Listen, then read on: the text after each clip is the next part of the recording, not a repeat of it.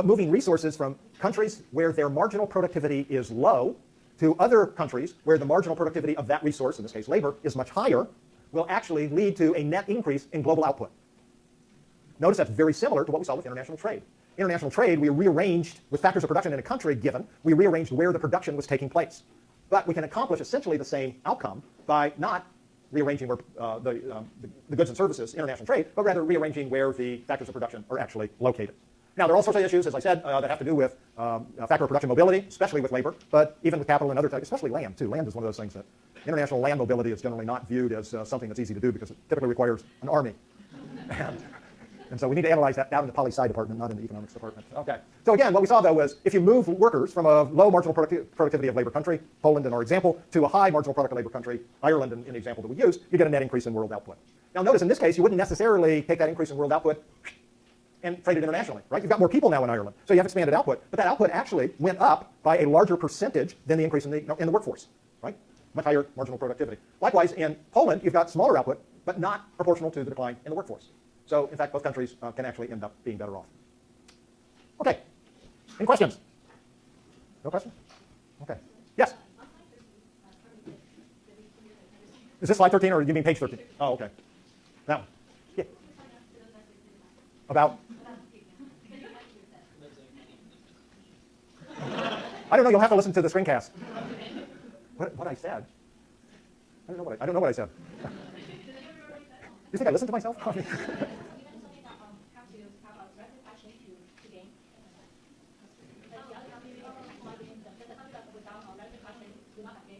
Oh, that? What she's saying was a question about if a country did not have a change in relative prices, there would be no gains from trade. Ah, okay. So that actually doesn't come from here. It actually comes from here, right? So remember, what we typically see with international trade is a convergence of relative prices. Well, let me give you an example. Suppose that the United States is a pretty large country, economically speaking, and the island of Aruba, pretty small country, economically speaking. So let's suppose there was no trade between the United States and Aruba. And now all of a sudden we realize, Aruba has comparative advantage in rum. And the U.S. has a comparative advantage in ice cubes. Okay? But let's see now. We're also making rum in the United States, and they're trying to produce a few ice cubes in Aruba. So what happens now if we open up the international trade? Well, Aruba is such a small country that even though they have a comparative advantage in rum production, as they send it all to the United States, there's no change, actually, no noticeable change in the amount of rum that's available in the United States. Right? So there'll be no change in the price of rum here. We ship some ice cubes to Aruba, but they're such a small country, it's not going to change how many ice cubes are available to us, so there's not going to be any change in the price of ice cubes to the United States.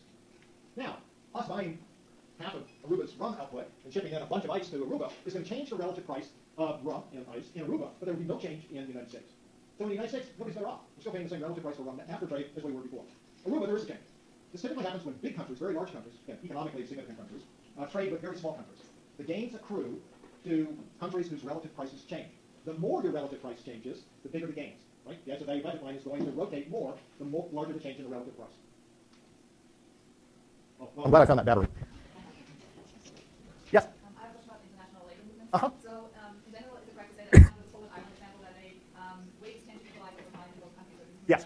So does the marginal productivity of labor also tend to equalize in both countries? So the question was, within the context of labor mobility, when workers move from Poland to Ireland, Irish wages will come down, Polish wages will go up. Does this also change the marginal product of labor? And the answer is yes, but they're movements along the marginal product curve. So we're moving up the marginal product curve in Poland and down the marginal product curve in Ireland. Yes, if we had completely open trade mobility and there were no other costs, no cost associated with it, eventually the answer would be yes. Now, just because I used Poland and Ireland, let me tell you the subsequent story to all the Polish migration going to Ireland, and to, by the way, the UK. That's where most of the Poles seem to have gone. So what would we expect to happen? So there's a labor shortage in Poland, relative labor shortage. So wages rise in Poland, which of course now reduces the economic incentive for Polish workers to migrate to England and Ireland. And in fact, because there are non-economic costs associated with migration, right? You're away from your family, or at least you're away from your roots, your culture, your language, all the other kinds of things, the different beers, opposite sides of Europe. So all of those other things. So what we actually saw was a reverse migration of Poles leaving Ireland and England and going back to Poland, even before the onset of the economic crisis. So as those wages came back up in Poland, we saw that reverse migration going on because people said, do I really want to work for $20 an hour in Ireland where I don't speak English that well, I don't know very many people who aren't also Polish plumbers, I'd rather go home. And so we saw that reverse migration, which of course, in the absence of other things going on, would actually begin to push the wages further apart. Now, one of the other things, just to add on to this, when we look at this labor, when we look at this labor migration, all we were talking about is labor moving. But in this Polish-Irish example, there was one other thing that happened and took place as well. And that was that Poland adopted some fairly aggressive and progressive economic liberalization for the country. So they deregulated lots of markets, they changed the tax code to welcome foreign direct investment, and so foreigners began to pile capital in, the capital stock would increase, which also increases the marginal product of labor in Poland, shifting the demand for labor curve up. That also begins to narrow the gap between what Polish workers would make and what Irish workers would make. And that was also part of the reverse migration that we saw. Question? Yes? Yeah, so really when we're talking about the U.S. not really experiencing a change in relative price because Aruba was so small, is in terms of, say, an import tariff, if you're a really small country like Aruba enacting an import tariff, inside Aruba, the relative supply of rum or whatever for ICU is going to change, right? But for the U.S., its relative demand isn't going to change too much because the relative supply in Aruba is such a small Right. Yeah, so the question was, if we thought about the Aruba US example, very large country, very small country, and we thought about Aruba putting on a tariff on ice cubes. Okay? That changes the internal price, will have no effect on the external price at all. We'll look at this in more detail in a couple of weeks, because we'll look very specifically at other effects of both tariffs and export subsidies, but that's absolutely right. There'll be no change in external prices. Can I talk about the effects of economic growth on relative prices? Yes. So, as we said when we talked about economic growth typically has a bias associated with it. So the bias we think of generally as either bias towards what we export or a bias towards what we import. Or if the growth is happening outside our country, in another country, it can also be a bias towards what we export, which would be their imports, or it could be a bias towards our exports, which is what they import. So import-export bias, one of the things that's important to, there are two things that are really important to think about in terms of economic growth. Which country is experiencing the growth and what is the direction of the bias? So that's always the first thing you want to know. Who's experiencing the growth? What is the direction of the growth bias for their imports or their exports? The second thing you want to know is from which country's perspective are we analyzing it? The country that's experiencing the growth or the other country? It's pretty easy to figure out what's going to happen to relative supplies and therefore relative prices. Which good, so remember, we've got bias growth, whether it's in a foreign country or in our own country, doesn't matter. What good is the bias towards? Right? If it's towards good A, then the relative supply of good A will increase and the relative price of good A will fall. If the bias is towards good B, then the relative supply of good B is going to increase and the relative price of good B will decline. So the growth, whatever good it's towards, is going to increase the relative supply of that good and therefore reduce its relative price. And then all you have to do is figure out, okay, once you know what happens to the relative price, which way is that affecting the ISO value budget line, steep or flatter, so you can figure out the terms of trade effect. What happens to economic welfare? Yes? So, remember somebody said that as we become more developing, the likelihood of winners and losers, winners and countries become more increasing. Okay, so the question is, I said that aggregate economic welfare always increases, but if we've got winners and losers, doesn't that mean aggregate economic welfare increases for the winners but goes down for the losers? What we mean by aggregate is in the total. So we're taking the winners and the losers combined, and we know we're better off. We're still at a higher level of aggregate economic welfare. What that also implies is the winners win more than the losers lose. So to the extent that we can add these things together, we still come out with a positive. Now we know that, and again, we'll look at this in more detail in a future discussion. We know that from the notion of expanded consumption possibilities, right? So what we can see is that we are now consuming outside our production possibilities frontier, which means that it's possible to consume, for the entire country, to consume more of both goods.